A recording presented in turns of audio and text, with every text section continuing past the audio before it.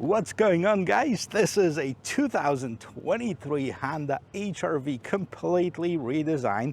First time since it was introduced in 2016. This is the second generation of it, and thanks to my friends over at Henrik Honda in Bradenton, Florida, I have some time to take you on the tour of this vehicle. So we're going to check this out from the exterior, interior, jump inside, play some cool, interesting features. We're going to go on a test drive together at the end of this video. But before we do all that, I got one quick favor to ask. Go to the right hand side of your screen. At the bottom of it right there, there's a little red button that says subscribe on. Why don't you go ahead and click that to help me hit my goal of 10,000 subscribers before the end of this year. Really means a lot to me, guys. With that said, let's get back to the star of this show.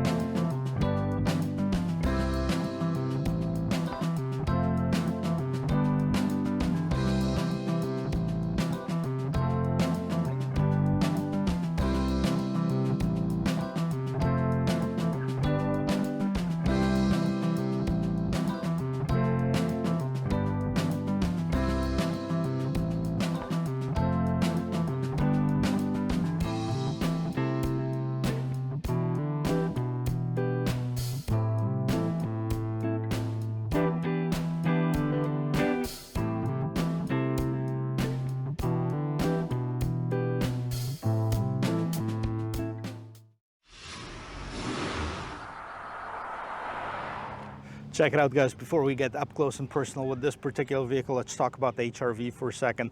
So here in the United States, the first one was introduced back in 2016 model year. And for the last 7 years, it remained virtually unchanged. So it was definitely an overdue for a redesign.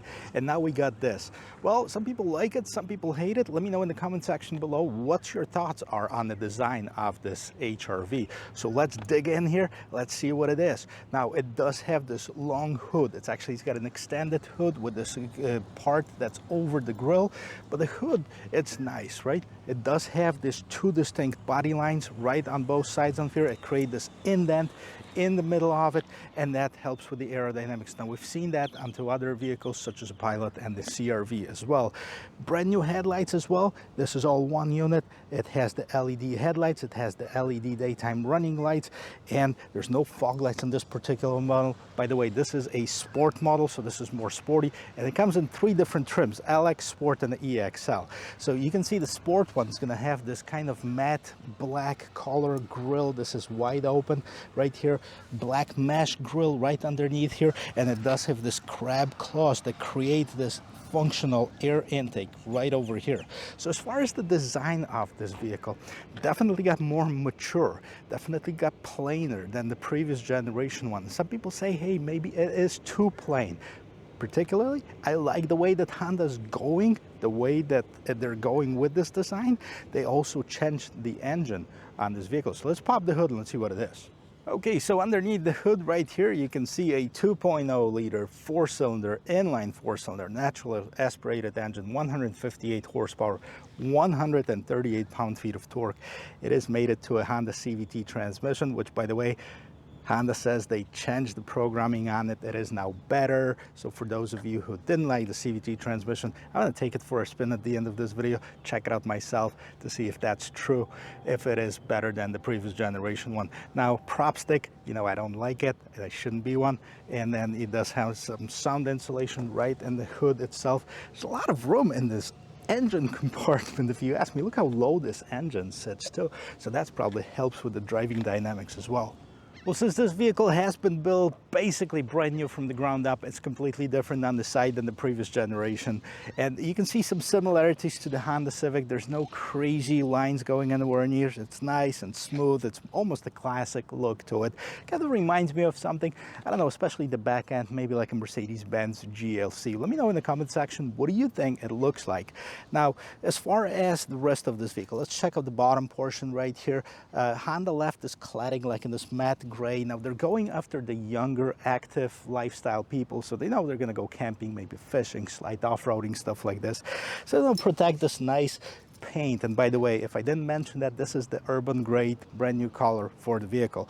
I like this wheel setup. Now, as far as the wheels, it is 18-inch wheels. On the Sport model only, the LX and EXL get the 17-inch wheels. The Sport gets the 18-inch wheels. Now, they're dressed in the all-season tires too. 25 by 55 is the size of the tire. Now, one thing to mention when we're talking about this setup right here is also a suspension. So in the front, you have this McPherson strut suspension. In the back, you have the multi-rear link suspension. So it is definitely a better suspension than we've seen in any of the vehicles this size so far. And since we're talking about this, let's see which segment it competes in. So you know the Kia Seltos, now you have the Hyundai Kona, the new Toyota Corolla Cross. That's the segment where this vehicle fits in. So that just kind of gives you an idea where it sits. Let's get back to this vehicle right here.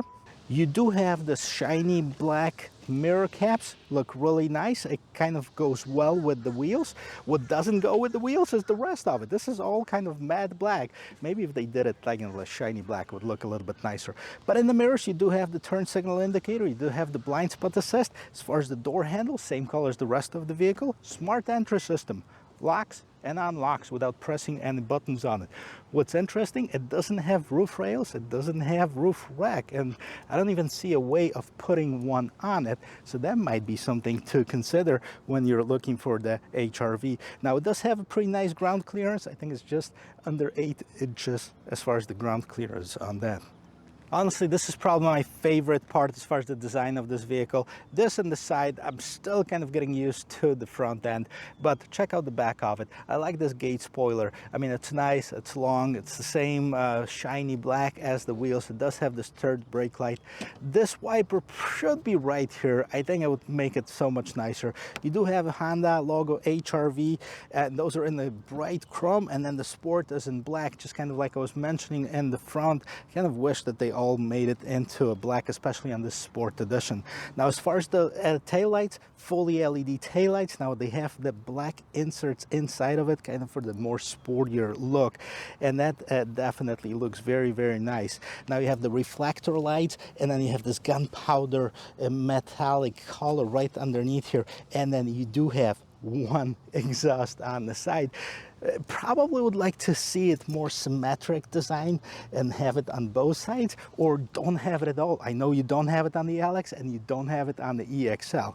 Now, as far as the gate, let's see how much room we have inside of it. This is not a power lift gate, but it's easy to open up. And as far as the roominess of this vehicle, it is huge for its class. I gotta tell you, Honda really made some improvements over the previous generation ones. Now, it is definitely bigger than the Civic trunk. It is almost as big as the CR-V trunk space in here. There's really nothing to talk about as far as the back part off here. Now, it looks like you can put the cargo cover on here. It does have a 12-volt power outlet and does have lights on both sides. Now, underneath here, you have a little bit more storage, and if that wasn't enough, you do have a spare tire. Check this out. This is temporary use only, but you're not going to get stranded on the road if you have a flat tire. So this is nice. And then these seats, as you can see, they fold down 60-40, easy. Okay, press it and fold it, and check out the roominess right now. Now, this is huge for its class. Now, this is very impressive. Guys, I gotta tell you, there's really lots of room in this compact SUV. I'm not touching my knees, so there's plenty of knee room for you.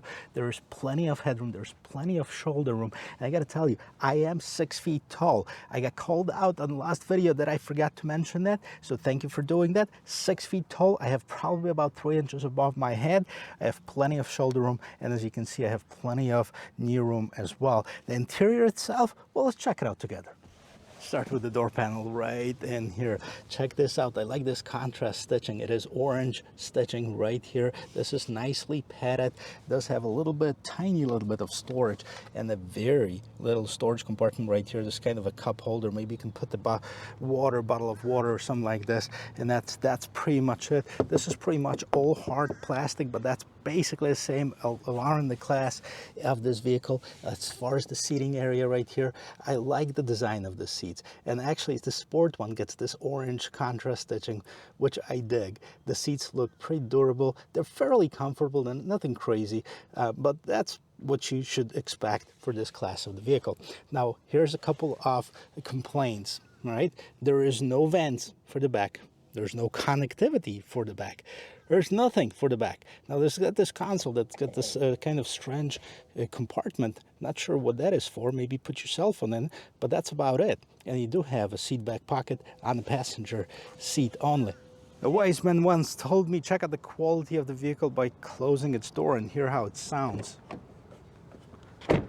Boom, nice and solid thump right here. Let's look at the door panel. Basically same deal as in the back. You do have your window mirror lock controls right there. A little bit more storage right underneath here. You get the speaker cover, but nothing too crazy. Check out the interior. All right, you do have manual seat adjustments on both driver and passenger seats. And we're gonna jump in there, but I want to show you something because you can't show you while I'm sitting here. You do have this little kind of pass-through underneath here, a little bridge that it makes to allow for more storage. Maybe you can put your cell phone in there. It's rubber lined. It does have the USB on both sides. Matter of fact, let me show it to you right there. One side, two sides, so passenger and driver can have their own charging stations. Well, guys, if you like the interior of the brand new Civic, you're gonna love this one as well. You can see the same kind of the honeycomb vents right here. I particularly like that.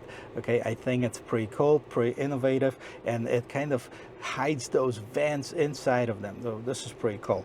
Okay, you can still make the adjustments and the vents are actually right behind that. Now, as far as the quality of the materials used, this is an important thing too. You have some soft plastic, soft touch kind of vinyl, and then the soft touch plastic right in the back of it. So this is nice and quality materials. Now, this particular one has this smaller 7-inch screen. We'll get to it, what's inside of it. And then if you go to the EXL, which is the model higher up than this, you get the 9-inch screen. Now, nice steering wheel. Steering wheel is very nice to the touch. It's the right thickness, it's the right size. It does have some of the contrast stitching. You can see this orange stitching right inside of it. This is sporty, right? And then this combination, a little bit of this piano black, but the buttons itself are not piano black, which is a really nice combination. So basically what's going on this side of the steering wheel controls what's going on in front of these buttons right there in the instrument cluster. What's going on in here is basically a cruise control, adaptive cruise control, and the lane keep assist. So let's take a look at this instrument cluster right here. Pretty classic look to it. All digital display. On the right hand side you have a speedometer, left hand side tachometer. In the middle, that's a little bit of customization here. So you see the vehicle's got 54 miles. It is 94 degrees outside, feels like 120 probably. And we're in park and we're almost full. So it says 415 miles to empty. So that's our range. And speaking of that, let's talk about the gas mileage. Okay, so it says 26 in the city, 32 on the expressway. That's with the two-wheel drive version. You lose about a mile or so on the all-wheel drive if you chose to go that route. Now, in the middle of this instrument cluster, or basically the tachometer, you have the trip meter, and then you can do some adjustments here. You can select the different source basically for the AM and the FM stereo, and then this is pretty much it, what your adjustments can be. So not a whole lot of customization in the middle screen. Maybe I would probably like to have a little bit more, but maybe we have some that we can customize this instrument cluster actually on the infotainment system. Speaking of which, take a look at this infotainment system, right? So 7-inch screen, that's way small for today's standards, right? And you have your actual knob for volume, right, and power, and then another one to list and select. This is also a touch screen, right? So let's see, we can scan the different radio stations, etc., which we're not going to do. But then you have some hard buttons right at the bottom that you can basically choose from. So that's your tracks. You have your phone button, you have your radio button, you have your media, connect. As far as connecting to the Apple CarPlay, Android Auto, unless you get the larger screen, this is all wired, not wireless. Still not sure why they don't do it wireless. This would be so much nicer. See, no device connected. Now we go back to get to the main menu. Here's what we have. Sound settings, Bluetooth settings, clock settings, smartphone settings, RDS setting, display adjustments, touch panel sensitivity, rear camera settings, cross traffic monitor, language license, factory data reset, and that is, my friends, pretty much it, right? So very little customization on here. I think I'd like this to have more features. that you can adjust. You find that on some of the competition. All right, moving down here. First of all, you can see this red engine start stop button. It turns red when the vehicle is running, just like pretty much any Honda, and it is a push button start.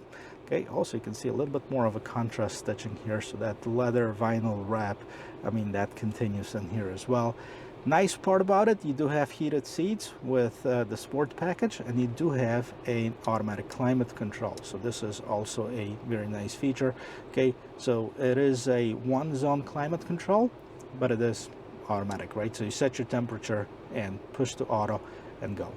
Pretty nice dials as far as that. This controls your fan speed, this controls your different modes, and then you have the front window defogger, rear window defrosters, also turns on the heated mirrors as well, and then your AC button. What do we have underneath here?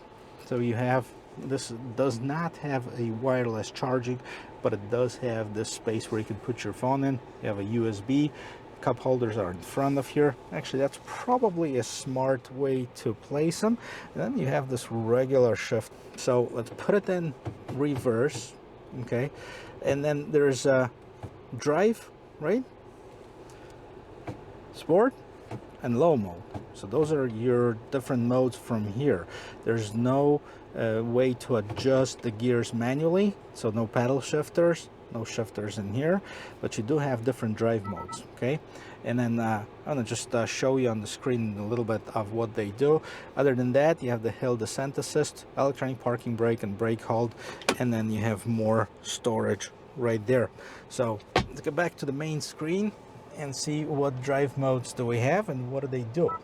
Okay, so economy, snow, and normal. Okay, no sport, snow, econ, normal. It is not a sporty vehicle, so I don't expect it to have a sport mode, but you know, a lot of competitors have it. All right, moving back out here, up on top, you do have your regular mirror. Okay, there's no home link or anything like this. This is just a plain Jane mirror. And then you have your light settings. Okay, so those are LEDs. And then we have the illuminated mirrors on the driver's side and the passenger side. No sunroof on this vehicle, black headliner. This is it. One last thing before we take it for a spin, let's check out the rear view camera. It's probably going to be best off done from here. So the rear view camera, again, this is a pretty small display. The quality is kind of grainy. So, and okay, it does have the trajectory line, which is a plus, and then 3 different angles. This is the same camera as Honda's using. I mean, it's okay, it's not the greatest. I think it should be a better quality. I'm ready to take this for a spin. I'm ready to take it on the road and see how it drives, see if that CVT transmission is any better, and definitely check out this new power plant on this vehicle. Now, let's talk a little bit about the different trim levels and pricing that's available. So for 2023, the HR-V is available with the base on LX, and that's $24,895. $26,895 for the Sport and $28,695 for the EXL. Standard, all of them come with the front wheel drive, but they're all available with the all-wheel drive system, and that costs a little bit extra. Now let's take this for a spin. Before we take it on the road, I'm gonna kind of go around here and basically flip this vehicle around 360 degrees. It is a smaller SUV, so it should have a pretty good turning radius. So let's gonna do that. Wow, this thing, it's like got wheels underneath that basically turns on a dime. It's very nice. Also, one thing to notice right away, the engine, it's very quiet. You can't hear much of it, especially at the lower RPMs. Right here, we're gonna check that out while accelerating if that changes anything. But also the responsiveness of it, it's pretty impressive too. Lots of room for, you know, a 6 feet tall adult. There's definitely no complaints about having too little room. I mean, there's shoulder room, there's head room, there's knee room. I mean, plenty of all kinds of rooms in here, okay? So definitely grew up as far as the size on the HR-V. I'm gonna try to merge in traffic here and see how this vehicle performs on the road. So this thing was actually rated at about 8.5 seconds, give or take, 0 to 60. But the truth is that most people will not buy this to race or, you know, do 0 to 60s.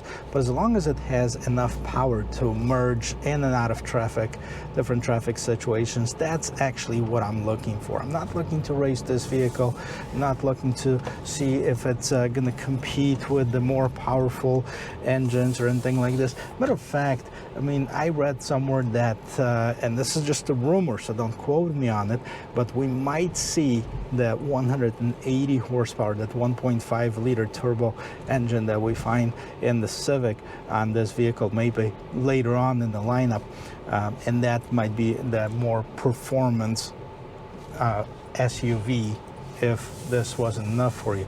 But so far so good. I mean, it does have tons of visibility outwards. I mean, it does have this pretty big windshield. The side windows are large. Okay, if you have your mirror adjusted right, there's no complaints about the back visibility as well. I actually have the opportunity right here, guys, to stop for a second and accelerate from the stop.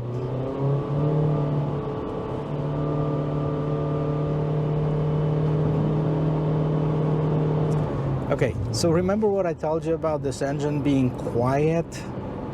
That's only at the lower RPMs. There's definitely nothing quiet about it. You can definitely feel this engine working, and that CVT transmission, I don't think this is my cup of tea. Let me see, maybe I was in the snow mode, or I was actually in the econ mode. I don't know if it makes any difference. I flipped it to normal and see if there's going to be any differences. But maybe, just maybe, this vehicle would be the one that would benefit from having this even simulated sport mode, to have a little bit different acceleration, have a little bit different mapping to that transmission.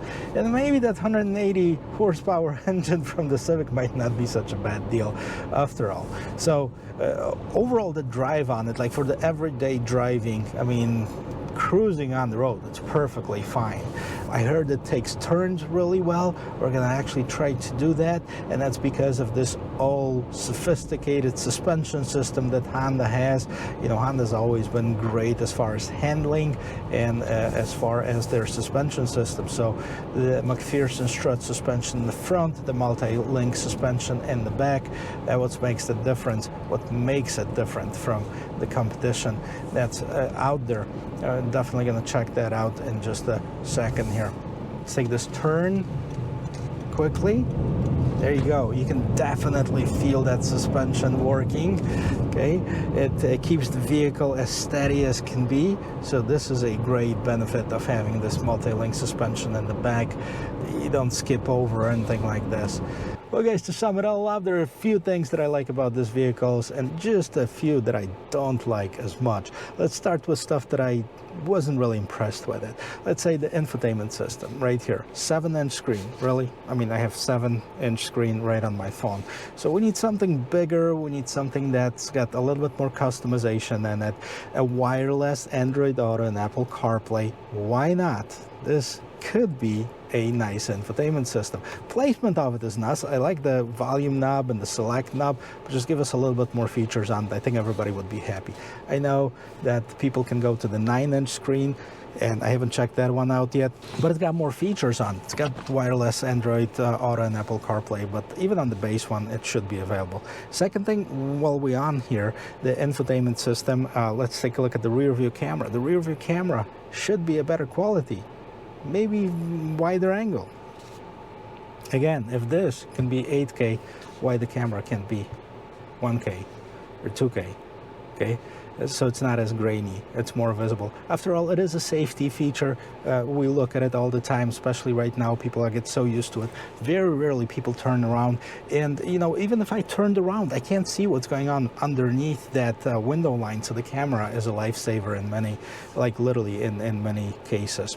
So that's one thing that I wasn't too crazy about it. The second thing, definitely that CVT transmission, it wasn't very impressive. Okay, yes, I know it's got to do with the efficiency, with the gas savings, etc. But there's no fun of driving it with a CVT transmission. I'm sorry, but there's none. Okay, as far as the acceleration, yeah, it's subpar, but then again, we're looking at the subcompact SUV, and there's not much that can really be done. Well, maybe if this was a hybrid, and the hybrid would boost in another, 15, 20 horsepower, this could be resolved, right? So those were the things that wasn't too crazy about it. Now let's talk about the stuff that I like. Look at this, I'm 6 feet tall. I feel like I'm sitting in a much larger SUV. So definitely roominess is great. Design on the interior, I think it's very, very nice. Quality of build, there's no complaints about it, right? The exterior design, so here's my take on it. The front, to me, it's a little bit too plain. The side looks great and the back looks great. If they can work a little bit on the front, maybe it's just still growing on me, but I think that could be a nice vehicle. Overall, it's definitely above average vehicle. And definitely for the price point, you can't go wrong because it starts under $25,000 for the LX. If you want something like this is $27,000. I know it might sound like a lot of money, but this is where the segment is. I just done not too long ago a Jeep Compass, which the top of the line was $35,000. You can get an EXL of this, which is going to come with leather, it's going to come with moonroof, it's going to come with a bigger screen, and you're going to have all that for under $30,000 with the four-wheel drive, or around $30,000. So that's not a bad value proposition from Honda. Definitely check it out, guys. If you're anywhere in Bradenton, Florida, these guys at Hendrick Honda have this vehicle. They can't sell it, but they can show it to you. This is what it's here for, so people can see it before they order it. Most of the dealerships in the country are going to have one that you can test drive, so go ahead, get out there, make your own opinion about it. Take it for a spin. Let me know what you think in the comment section. Guys, thank you very much for watching. Again, if you haven't already, click that subscribe button. It really helps me out a lot. I'll see you in my next video. Cheers.